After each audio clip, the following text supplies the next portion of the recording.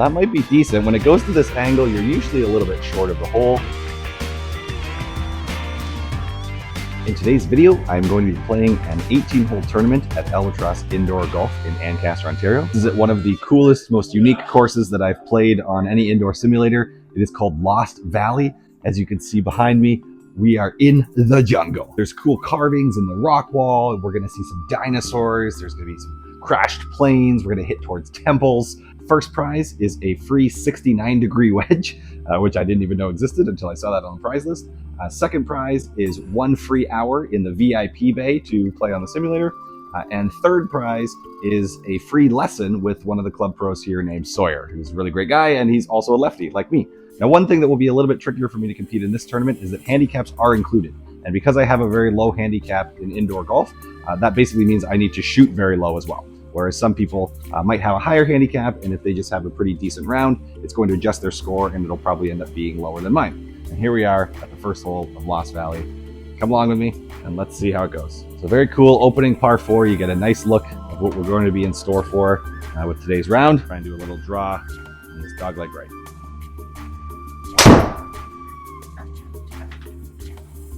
Drew a little bit more than I would have liked, but it's only 120 yards out of the rough, not a big deal. To make things go a little bit faster, there are gimmies on the greens. So if I can putt within 5 feet, I believe, then it's going to take a gimme. So I just want to keep those putts close. And there are also 2 mulligans during this 18 holes that you get to use. That's a very smooth swing. Got a little bit of release on it, and that is a great shot. I'll take that. A 9-foot birdie putt to start the day. It looks like it's pretty straight in. So I'll try not to overcomplicate this. And there we go. It's always nice when I can flap the wings on the very first hole. Birdie drop. Second hole is a dogleg left par 5. And I'm basically just going to aim straight at that plane and hope that I can fade it a little bit around to the left. Aimed right at it. It stayed mostly straight, but that's going to be fine. And this sets up a really nice opportunity for me to use my 3-wood. A little bit of a draw. And that's almost exactly what I wanted. Would have been nice to get maybe an extra 10 or 15 yards out of that. So I want to land it about 35 or 40 yards and hope it releases the rest of the way.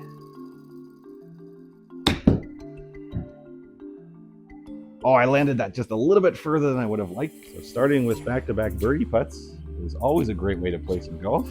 This one looks like it moves a little bit from left to right at the start here. Pretty good putt. Little too firm. This is only 5 feet in. Doesn't look like there's much movement here now.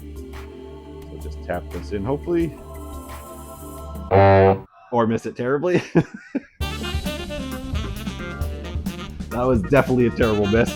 I really should have just hit that completely straight. I thought there's a little bit of need to push to the left edge, and I did not, and I just pushed it off.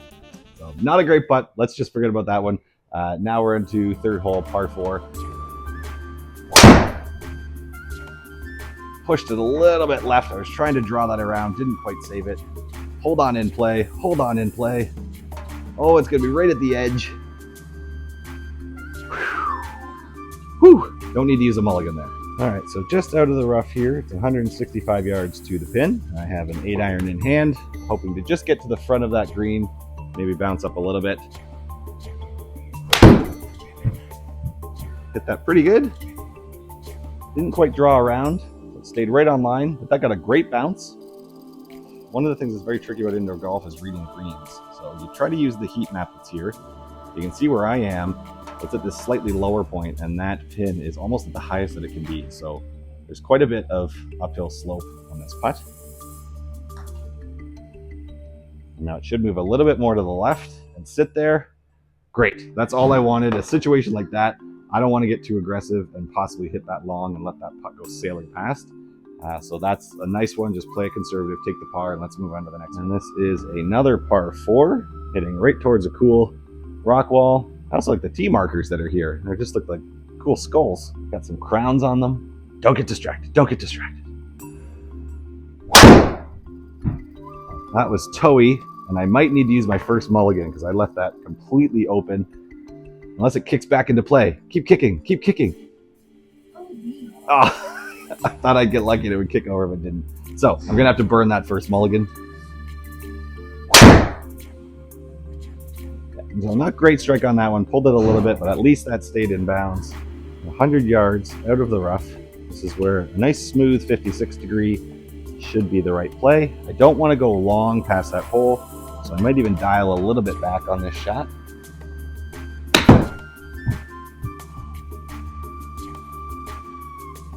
Just like that. I like that spot. A little bit of an uphill putt.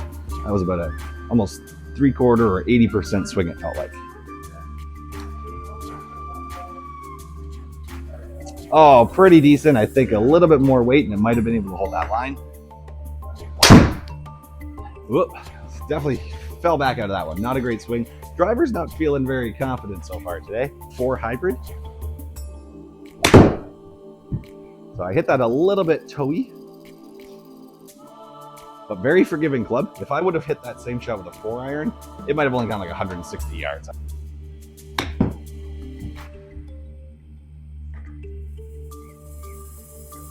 Yeah, it was pretty good, a little bit spinnier. I held the distance back just enough, so now I have an uphill putt. Would have been nice to get a little bit closer to make this a slightly more manageable par putt, but this is golf, so you just work with what you've got. Oh, put a really good putt on that thing, just missed. Second bogey of the day. I don't want to go full power on this because it is downhill 20 feet, so I don't want to go too far past this green. Just nice, smooth, confident swing. That was much better contact, a little bit of a pull, but you can see like that was a nice smooth swing. That's the exact distance that I wanted. It just ended up being that I probably had the ball slightly forward. So it's got me on the fringe here, which means this is a long putt, 60-footer. Doesn't look like there's a ton of movement, just ever so slightly from right to left towards the end. So that might be decent. When it goes to this angle, you're usually a little bit short of the hole. How about that birdie dropping? We're just drained a 62-foot. That's one of the things that I absolutely love about golf, is that putt there is what I would call an equalizer. I missed that really short 5-foot par putt earlier in the round, and now making that one that I should not have had any expectations of making, they cancel each other out. So now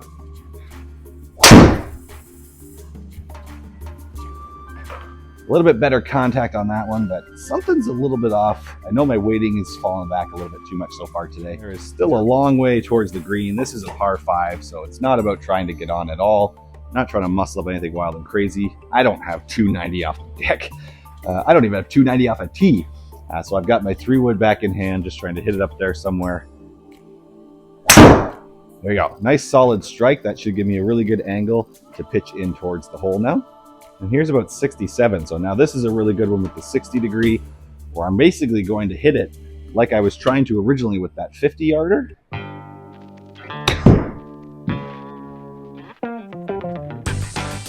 Very nice. Getting some release there, rolling towards the hole. Chance at another birdie. There we go. Back-to-back birdie drops. Now we have a par 3 that is 160 yards to the pin. Pulled it a little bit, but that should stay on the green. So I think that's a couple shots now that I've done that with my lower irons. And this is another great opportunity just to try to lag a putt up there. Any par 3 that I play, my goal is just to get a par. There's that camera. It's certainly not going in this time, but that should be close enough for, hold on, concede par, just inside that 5-foot range. Good par, let's move on. And here we are with another straightaway hole, this time a par 4 going towards a different temple. That felt like good contact that time, but a little bit of an overdraw. Still in a safe spot, about 160 away, so let's get that 8-iron back out. This is slightly elevated uphill, so I need to hit this nice and flush, but it should be really good for staying short of the hole this way, because usually I max out at about 165 with my 8-iron. That felt nice and clean. Good release, stay a little bit short of the hole. It's a bit to the right, so it's going to have some slope on it, I think, but that's a decent shot at birdie. So with it being 20 feet and slightly uphill, I have a chance to make this. I'm feeling pretty confident about this line. Oh, it went more than I thought, and I didn't give enough power, but hey, just because you have confidence doesn't mean you always make it. Okay, and this brings us to the halfway mark of this 18-hole tournament at Lost Valley Golf Club. There's this awesome T-Rex up in the top left corner. So let's try and put on a show for the greatest dinosaur of all time. Oh, push that a little bit left, but there's lots of room there. It should hold off into the rough. There's a nice view of T-Rex from the backside. Oh, it stayed off a little left. I tried to draw it around, but didn't quite work. So this will be a tricky little putt. That felt a little firm. Hold, hold, hold. Let's see what this putt looks like. So this is one where it's a little bit tricky for me because I have one mulligan in my back pocket. So it makes me a little bit hesitant. I might miss this and take the bogey, but I'm going to try not to do that. I'd rather save the mulligan for a few more holes just in case I spray one out of bounds again. There we go. So sometimes you have to just keep it simple, put that par in, get the heck out of here. There we go. So I probably did more talking over that 7-foot putt than I've done for several holes even. But in these videos, I like to try and give anyone that's watching a glimpse into my thought process because I think that is the thing that often elevates me a little bit above other people that I play golf with. But it is important for me to be open and honest on a channel like this, and that maybe you pick up a trick or a tip here or there that actually translates well to your game. All right, that being said, into a par 5, hole 11. Looks like there's lots of space up there, so I just want to try and hit a nice, confident swing. Ooh, pulled that one a little, but that's going to be fine because I wouldn't get to this green in 2 anyway. And this is actually a really good opportunity for me to try this 4 hybrid because one of the other reasons that I got this club is because I wanted something that was a longer club that I could hit out of the rough.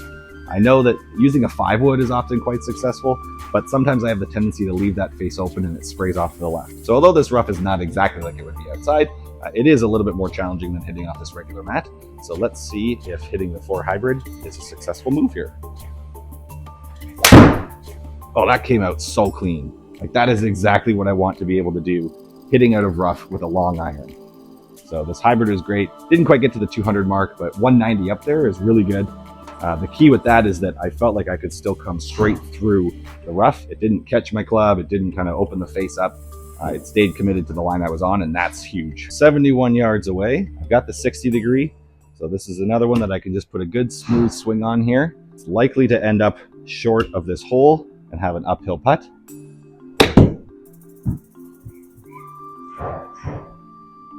Oh, that's lovely. That's almost exactly where I would have wanted to land it if I could have thrown it myself. And we have some more birdie droppings. Let's go. So I don't know if calling them birdie droppings is a good thing or not, but I'm pretty sure that there's this wise tale that if a bird poops on somebody, it's good luck. All right, that should be just in the left rough. Whoa, we got a helicopter that's flying by. Maybe we're in like Jurassic Park. Maybe hit a little bit behind that, so it's not going to quite get the distance. It's going to be a putt, but it's going to be a long one. I don't know how that speed is. Oh, it likes it, so it should be close enough that it's going to be decent. If it stops right there and I get the gimme, stop. Lovely. I'll take that all day long. And into this 140-yard par 3, you might be able to see off on the left-hand side, we have a different dinosaur.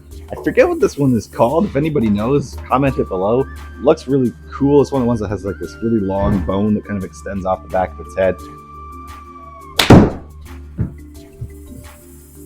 Hold it just a bit to the right again. Good distance.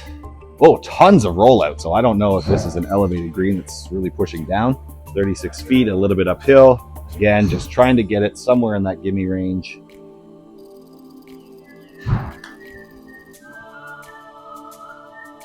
Just like that. Sit, sit, sit. There we go. 2 in a row. Call it lucky, call it fortunate, call it skill, call it whatever you want, but I'm going to call that a par and get the heck out of here.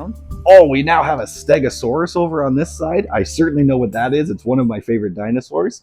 Looks like it's just busy eating, so it's not even paying attention to what I'm doing. Hold, hold, hold, hold, hold. Oh, it's just held on in play. That was nice and smooth. Might go a little bit long. Not going to get as much backspin coming out of that rough patch, but not bad. Turn, turn, turn. Oh! A little too firm, and I think if I didn't have that extra power, it was probably on the right line to fall in there, but that's fine. Take the par. So with 4 holes to go, I'm at -2, which is really good for me. We can see with the adjusted score in the bottom, it has me at +3 though, because of the handicap system. So I'm currently in the lead with 4 holes to go. So I just want to try and play this nice and clean. I'm really not getting that draw that I'm used to having my last couple of rounds. But thankfully, I'm aiming at good spots that these misses are not hurting me. And now this is 120 yards. It's slightly uphill. So instead of worrying about the 56, I'm just going to try the nice smooth 52 here, because I want to take a little bit off of it so that, again, I'm left with more of an uphill putt than anything else.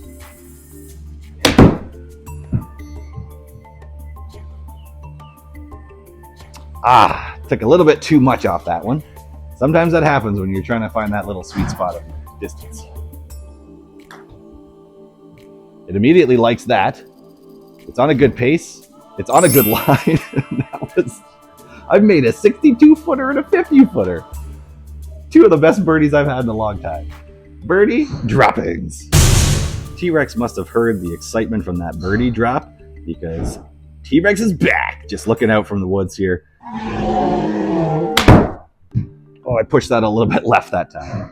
Still was nice and smooth. Maybe the green turns a little bit. Who knows? Oh, it does start to a little. Oh, it was quite a bit more turn at the front, but that's fine. That's going to stop there. It's a par 3. I got my par. I'm happy. Overcooked it. So I'm trying to hit that draw again. Might have to go back to the range and test that out. That was really good. It might end up just a little bit short of the green. Oh, that was not great. It didn't really turn. Now, you know, I don't feel super confident with this next putt. I saw how that putt went. So now, although I was trying to save that mully for next hole, that was a bad putt. I'm going to use it now. Because what I don't want to do is miss that putt and walk away with a bogey. So now I put a little bit of extra pressure on myself, but I think I should be able to hit this with more confidence, more firmness.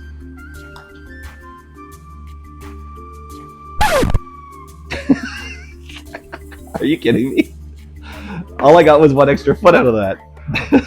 Okay, so that was basically a useless mulligan.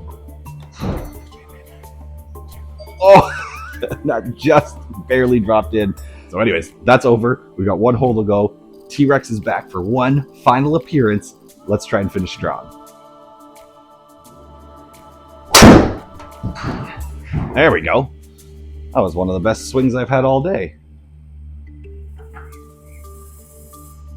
I left myself 150 yards to the green.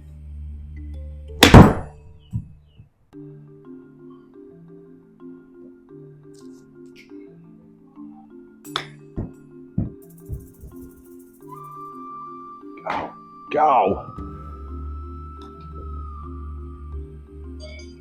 There we go. Okay. Made the par, made that a lot trickier than it should have been, being only 150 yards out. But there we go. I'm currently the clubhouse leader. -3 real score, +2 adjusted score. Take a look at the scorecard here. The front 9 was a little bit trickier with those couple bogeys that snuck in, but a very clean back 9, 2 birdies, all the rest pars. That's a really great round for me. Just kind of played it nice, smooth, consistent. And now I just have to see how the results of the tournament end up. I think it runs for about another week or so. But what I'll just end up doing is editing this video. And now in just a second here, you're going to hear me tell you what the results are. So thank you very much for watching. And if you enjoyed this video, click like and or subscribe. And now here are the results. All right, so it's a good news, bad news situation. Good news, I won the tournament. I got first place. I know this only shows 3 people. I don't know exactly how many there were. There might have been like a dozen people that did the tournament, so not a huge number. But I got first, which is awesome. Bad news is the 69-degree wedge that I won is right-handed. And as you can tell, I'm a left-handed golfer, so I might have to sell that or give it to a friend, or I don't know, I'll figure out something. Either way, it was fun to play the tournament. Really like playing that Lost Valley course. It's super cool. Hopefully you enjoyed watching the video, and if you did, click like, consider subscribing, and hopefully I see you next time.